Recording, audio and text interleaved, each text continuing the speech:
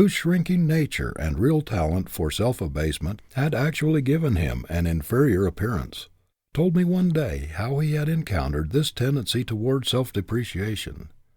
Among other things, he said, he had derived a great benefit from the practice he had formed of going about the streets, especially where he was not known, with an air of great importance, as though imagining himself the mayor of the city, the governor of the state, or even president of the United States. By merely looking as though he expected everybody to recognize that he must be a person of note, he changed not only his appearance, but also his convictions. It raised him immeasurably in his own estimation. It had a marked effect upon his whole character. Where once he walked through the streets shrinking from the gaze of others, and dreading their scrutiny, he now boldly invites, even demands, attention by his evident superiority, for he has the appearance of one whom people would like to know. In other words, he has caught a glimpse of his divinity. He really feels his superiority, and his self-respecting manner reflects it. Be sure that your success will never rise higher than your confidence in yourself. The greatest artist in the world could not paint the face of a Madonna with a model of depravity in his mind. You cannot succeed while doubting yourself or thinking thoughts of failure. Cling to success thoughts. Fill your mind with cheerful, optimistic pictures of achievement. This will scatter the specters of doubt and fear and send a power through you which will transform you into an achiever. No matter how poor or how hemmed in you may be, stoutly deny the power of adversity or poverty to keep you down. Constantly assert your superiority to environment. Believe in yourself. Feel that you are to dominate your surroundings. Resolve that you will be the master and not the slave of circumstances. This very assertion of superiority, this assumption of power, this affirmation of your ability to succeed, the attitude that claims success is an inalienable birthright, will strengthen the whole man and give great added power to the combination of faculties which doubt, fear, and lack of confidence undermine. Self-confidence marshals all one's faculties and twists their united strength into one mighty achievement cable. It carries conviction. It makes other people believe in us. What has not been accomplished through its miraculous power? What triumphs in invention, in art, and in discovery have been wrought through its magic? What does not civilization owe to the invincible self-faith of its inventors, its discoverers, its railroad builders, its mine developers and city builders? It has won 1,000 victories in science and in war which were deemed impossible by faint-hearted doubters.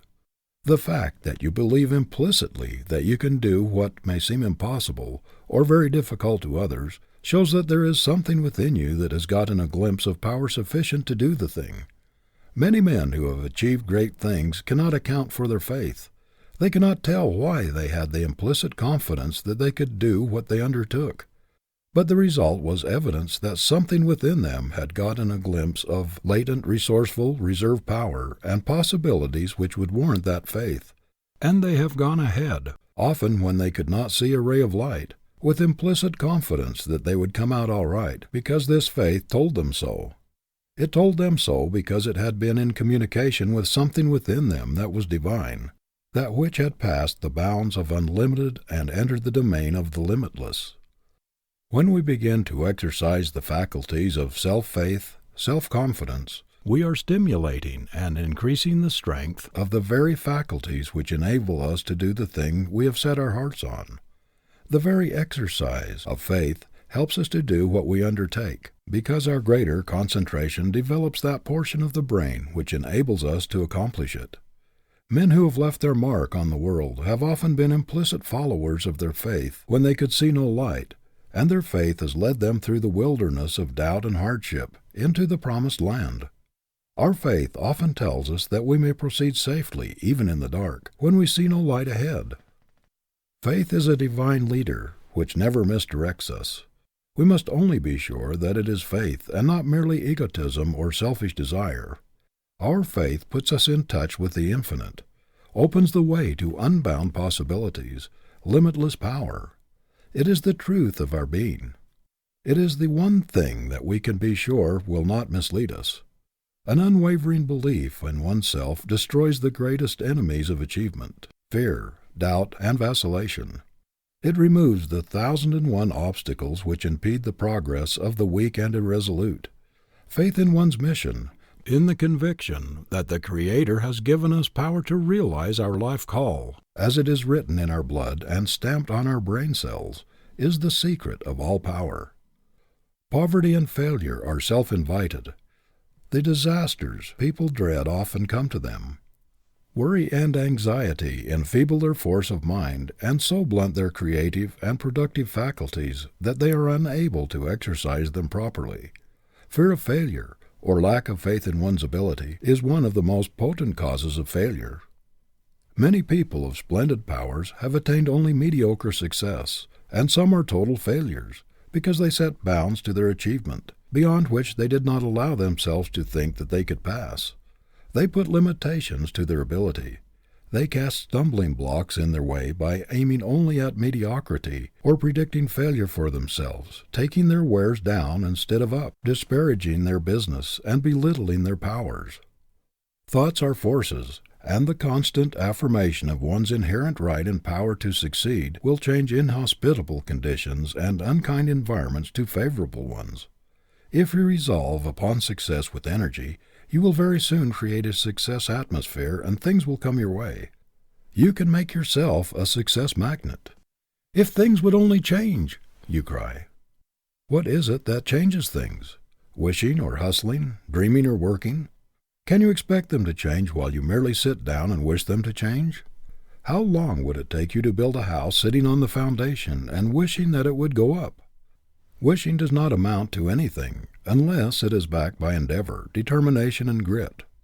Webster's father was much chagrined and pained when Daniel refused a $1,500 clerkship in the Court of Common Pleas in New Hampshire, which he had worked hard to secure for him after he left college. "Daniel," he said, "don't you mean to take that office?" "No, indeed, Father. I hope I can do much better than that. I mean to use my tongue in the courts, not my pen. I mean to be an actor, not a register of other men's acts." Sublime self-faith was characteristic of this giant's career. Every child should be taught to expect success, and to believe that he was born to achieve, as the acorn is destined to become an oak.